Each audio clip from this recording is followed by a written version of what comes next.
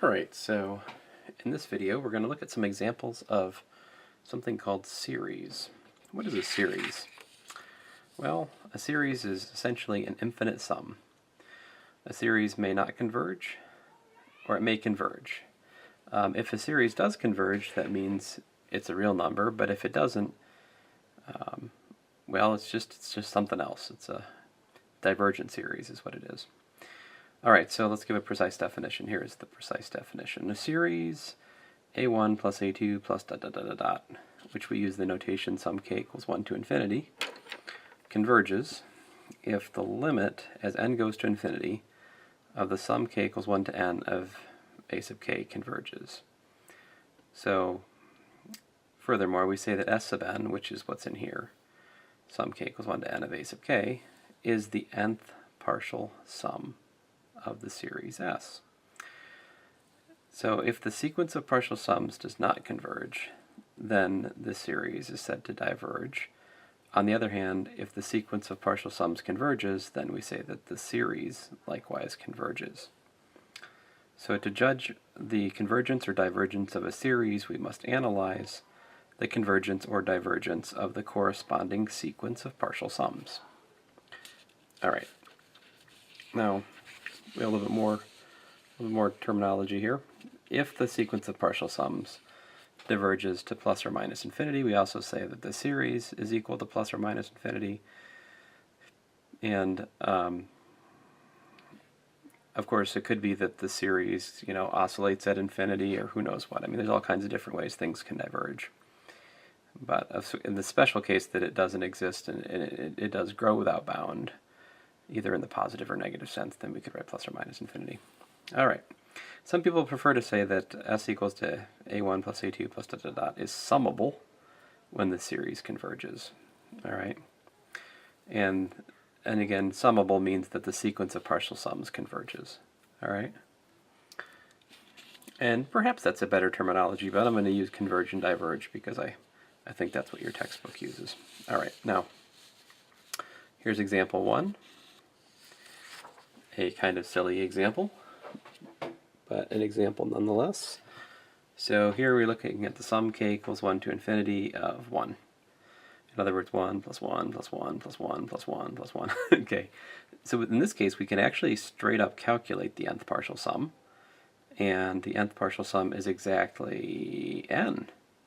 So what happens, limit as n goes to infinity of n is infinity. Therefore, this is a divergent series. All right. So our first example down. Example 2. So the usual question here is, does the given series converge? Does it diverge? If it does converge, what value does it converge to? All right. Sometimes we can calculate the value which the series converges to. Sometimes we can't. We'll see that going on. I think this one we're actually going to be able to calculate the value of the series. In other words, the value to which it sums, which is, to be precise, the limit of the sequence of partial sums. So, alright, getting to work. What is the nth partial sum? So we replace that infinity with an n, and we work on it. Now this one telescopes, and what I mean by that is if you look at, k equals 1, k equals 2, k equals 3, dot, dot, dot, k equals n minus 2, n minus 1, and n equals n, we get this kind of cancellation, like, I can't even see it, but it's over here. But what remains is inverse tangent of 1, inverse tangent of 2, and at the tail end of it, inverse tangent of n plus 1, inverse tangent of n plus 2. This, in principle, 2n total terms, because 1 to n, but there's 2 of them in each. It just simplifies down to just 4 terms are survive, do not cancel out, do not telescope down. In that term telescoping, it has in mind those sort of old style foldable telescopes, like you might have on the pirate ship or whatever. Anyway, so in this case, the nth partial sum collapse to these terms, and such series are said to be telescoping. So examples where this actually happens are precious and few. This one is nice. Anyway, so the limit as n goes to infinity of Sn by the calculation above is just the limit of this. Limit of inverse tangent of a very large argument is pi over 2, pi over 2. So we get pi over 2 plus pi over 2. Inverse tangent of 1 is pi over 4. Inverse tangent of 2 is whatever it is, I don't know. And so the answer is 5 pi over 4 minus inverse tangent of 2. There you go. So that is, this calculation shows that the given series, this guy, is a convergent series, and it converges to 5 pi over 4 minus inverse tangent of 2. Example 3 is so important, it has its own video, but I'm going to introduce it here. The next video, in fact, is all about geometric series. So at this moment, this is just getting us started. But a geometric series has the following form. A plus AR squared plus dot dot dot dot. There's like a fixed R where we can always get the next term we're adding by multiplying the previous term by R. So a formula for that, the nth partial sum here, k equals 1 to n, of AR to the k minus 1, gives us that back again. I suppose, well, shut up. I suppose nothing. All right, so if I take this, and if I multiply by r, I get rsn, which gives me this. All right, and you see there's a lot in common between this guy and that guy, which makes you think maybe I should subtract it. All right, so I subtract those two things, and look at the difference. If we look at the difference of Sn minus Rsn, which is this minus that, that cancels, this cancels with something I haven't written, this cancels with that. I'm just left with the A and the AR to the N, right? Oh, which means I can do algebra and solve for Sn. Provided that R is not equal to 1, we can divide by 1 minus R, and we get S, the nth partial sum is in fact A minus AR to the N divided by 1 minus R. Hooray!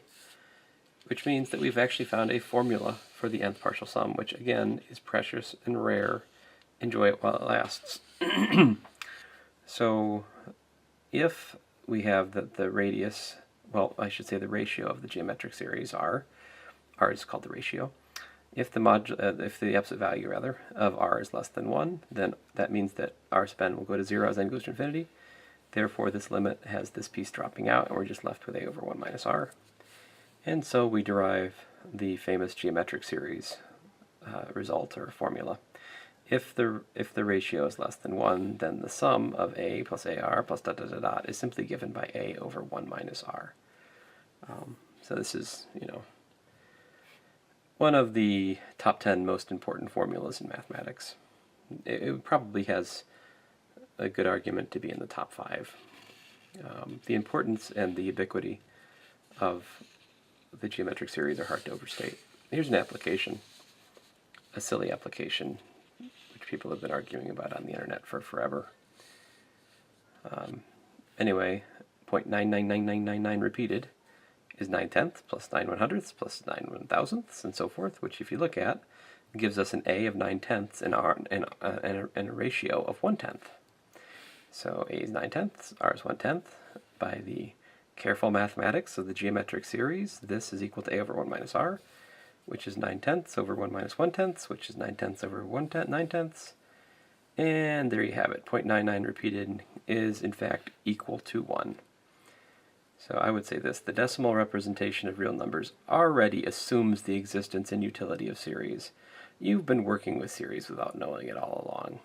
See, because what is a decimal representation of a real number? It is an unending sum of fractions of powers of 10, right? Like, this is like 9/10 plus 9/100ths plus 9/1000ths plus 9/10,000ths plus 9/100,000ths plus dot dot dot dot ad infinitum. I mean, forever and ever, right? And so if you think about it, as soon as you accept the idea that there could be such a thing as a real number with an unending decimal expansion, you are working with series, whether you realize it or not. Here's another one. It just so happens, if a real number has a repeating decimal expansion, we can prove it is in fact a rational number. So here's 6.17, and so forth. So I'll peel off the 6 because it's an oddball, and I get that.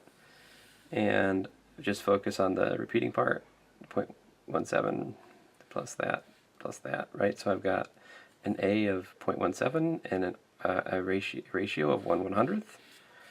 And so I can use the geometric series result and calculate that I have, in fact, 17/19ths, right? So 6.17171717 repeating is 6 plus 17/19ths. There you have it. And you can do this for any repeating decimal. You can kind of do the same calculation. All right.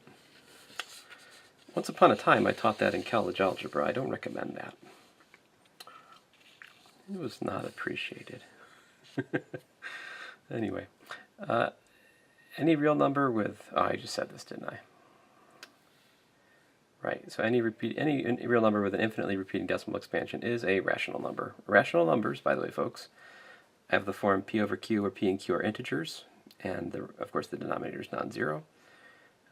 If you have a real number, and the real number is not a rational number, then it's said to be an irrational number. For example, pi and e are irrational, and therefore have non-repeating decimal expansions. All right. Now that said, that's just me telling you that. I haven't proved that pi and e are, transcendental, that they're irrational, but in fact they are. All right. In fact, I have given a homework problem in Calculus 2 in the past that proves the irrationality of e. It's not that easy, but it's within your scope if you do play your cards right. All right. Anyway, moving on. Here we have the sum. Sorry, I'm kind of messy. My pen was dying, I think. 3 to the k divided by 2 to the 2k plus 6. I'll clean it up a little bit. So we're at 3k over 2 to the 2k plus 6. When I see something like this, what I try to do is get any kind of these outliers like the plus 6 and write it out front. Right? So 1 over 2 to the 6 like that. And this 2 to the 2k is really 2 to the 2 to the k. Right? 2 to the 2k is 2 to the 2 to the k, which is 4 to the k. So in fact, by algebra, we have 1 over 2 to the 6 times 3/4 to the k. Aha! This is a geometric series with a equals to, I don't know if I quite believe that. Oopsie, oopsie, oopsie, oopsie. What's the first term? Because the first term in the geometric series should be the a, right? So I should, if I had a -1 here, this would be right. But as it stands, it's wrong. Let's fix it.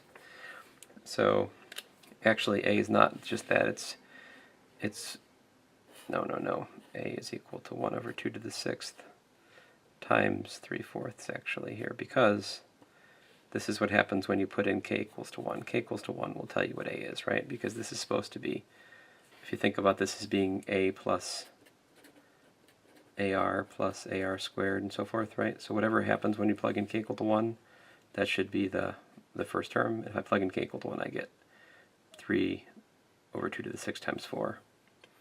So I'm missing a 3/4 here. All right. Now the r is fine. And so this times 3/4 would be the answer. So it's like 3/64 actually. Sorry about that, guys.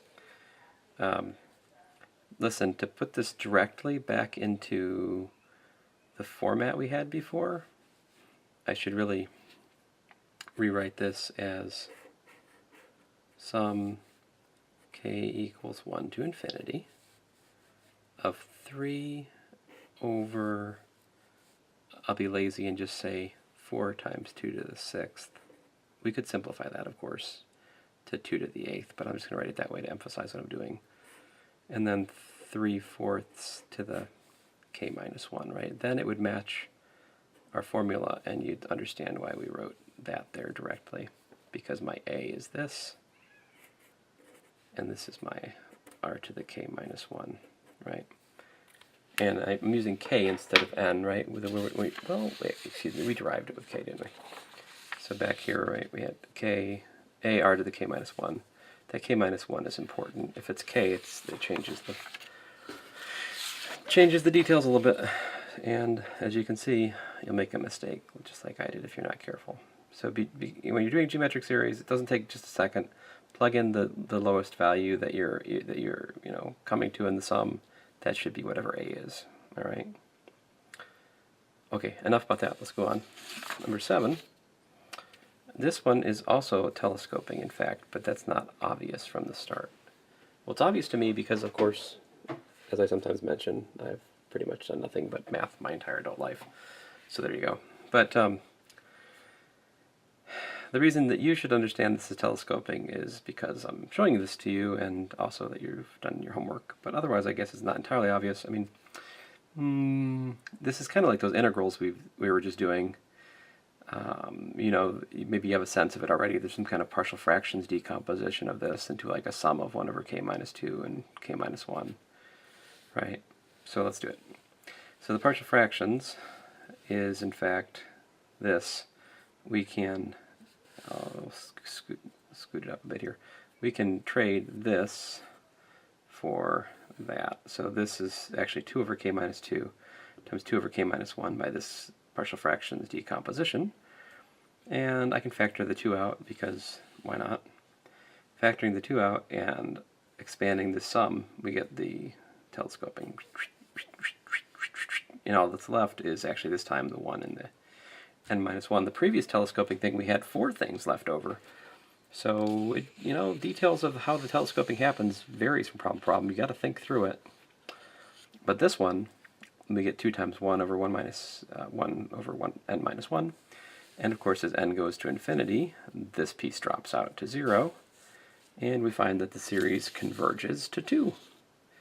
But I should emphasize, examples like this are rather special. Usually, we're only able to determine convergence or divergence of the series. It's precious and special and somewhat rare that we're able to find the actual value to which the series converged, okay? I will keep making this point. I'm sorry if it gets annoying. Nth term test. So, like I said, you know, we can't always calculate the series directly from the definition. So a lot of times we have to fall back on a system of theory, which I will be sharing with you over the next few videos. The first one of those things in our set of our theoretical arsenal, if you will, is the nth term test. So let's think about it. Or it could be called the kth term. In this case, I'm using a k for the sum, so that would be the kth term. A lot of times we use some n equals 1 to infinity of a sub n, so then it would be the nth term test. I mean, whatever you want to. All right, so anyway, I'm trying to use n for the nth partial sum, and I'm trying to use k for the variable of the sum, just to have a distinction there. All right, anyway, so if this converges, that means that the sequence of partial sums is a convergent sequence. But notice that if we take the difference of the nth partial sum and the n minus 1th partial sum, what do we get? Well, by definition, the nth partial sum is a sub n plus the n minus 1th partial sum. That's actually the definition, the recursive definition of finite sum, by the way. And so these cancel, and you're just left with a sub n. And, all right, well, this is Sn, this is Sn minus 1. These are both assumed to converge to what? Well, S sub n converges to A, or it converges to whatever it converges to, the value of the series, which apparently exists. And what happens if you look at S sub n minus 1 as n goes to infinity? Well, it should converge to the same thing that did, right? So if this converges to S, that also converges to, let's say, S, so you get S minus S, which is 0. All right, I did use an S. Hooray. Let me scooch down a bit here. Stop that, stupid paper.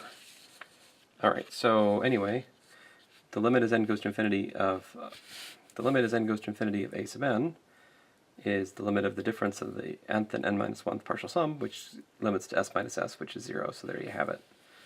This is the nth term test. If, or kth term, if this sum k equals 1 to infinity of a sub k converges, then the limit as n goes to infinity of a sub n is equal to 0. By the way, we could just as well have written, wouldn't be logically different, the limit as k goes to infinity of a sub k equals to 0. Same song and dance. Whether you use a k or an n, it's the same concept, okay? So, you know, the letter n or the letter k here really doesn't have some kind of deeper intrinsic meaning like x or y do for you guys. You know, right? X and y, x is horizontal, y is vertical, right? So you're kind of stuck with that. Here, k and n, these are just labels on the sequences or sums. All right, notice then if the limit is not equal to 0, then that implies by logic that the series diverges, right? And again, just to drive the point home, this is equal to that. So k here and n here, these are what are called dummy indices of summation. All right, so it doesn't matter if you use a k or an n. It's the same concept. It's the same object. All right. I've used k mostly up this point to keep it simple, but now I'm going to take off the training wheels and use whichever letter I feel like going forward here. All right. Oh, example 8. I've fit it in. So the geometric series, right? But this time with ratio larger than or equal to 1. The nth term is ar to the n minus 1, but the limit as n goes to infinity of ar to the n minus 1 given the absolute value of r is larger than 1 is not 0. Therefore, this kind of geometric series diverges.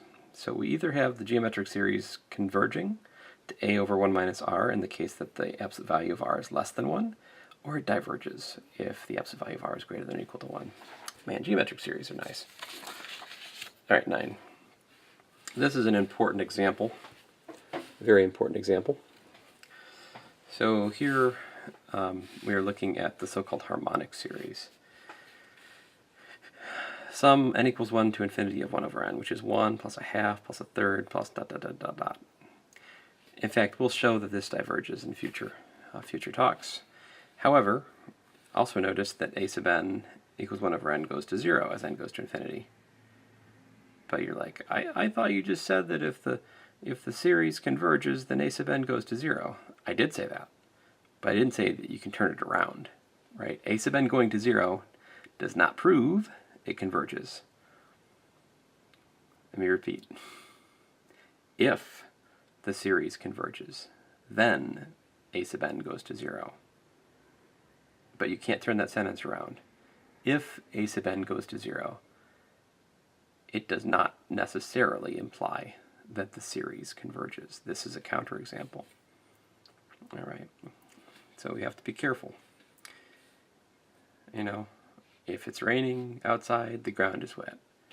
But if the ground is wet, it does not imply that it's raining, right? Somebody could have turned on a hose or something else. Just saying. All right.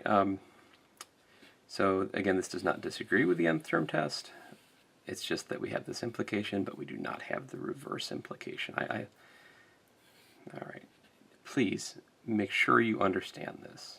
Something like 50% of every residential class that most of us have ever taught somehow find a way to be unsure about this on their first test, and it kills everybody. You need to understand this.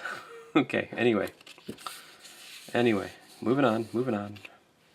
So if we have a couple of series which are convergent, then the sum or difference of the series is likewise convergent, and the sum of the series is plus or minus it's likewise the sum of the series, or the difference. And you can pull constants out. All right. Here's the application of this theorem. By the way, these theorems are simple to prove. If you already know the corresponding theorems for sequences, you just apply that to the sequence of partial sums, and this follows immediately from already known theorems for convergence of sequences. Anyway, here's an application of this theorem. If we have 3 to the n plus 2 minus 5 to the n over 6 to the n, that gives us this minus that. Now this step right here is only logical. I like to say I'm taking out a logical loan here. This will only make sense if in fact these are separately convergent. If this one goes to infinity and that one goes to infinity, and you got like infinity minus infinity, that just means that this step wouldn't have been allowed. Let's see what happens though. So split it, and then do a little math here. You can see in fact that this is geometric. Woohoo! So 1 plus a half plus da da da, 1 plus 5/6 plus da da da da. So we have a equals to 1 ratio of a half, a equals to 1 ratio of 5/6. So we've got 9 times that geometric series result minus that geometric series result, which works out to 12. Oops, sorry, I'm off the edge of the world there. So again, these steps at star are only reasonable since the resulting sums are convergent. All right.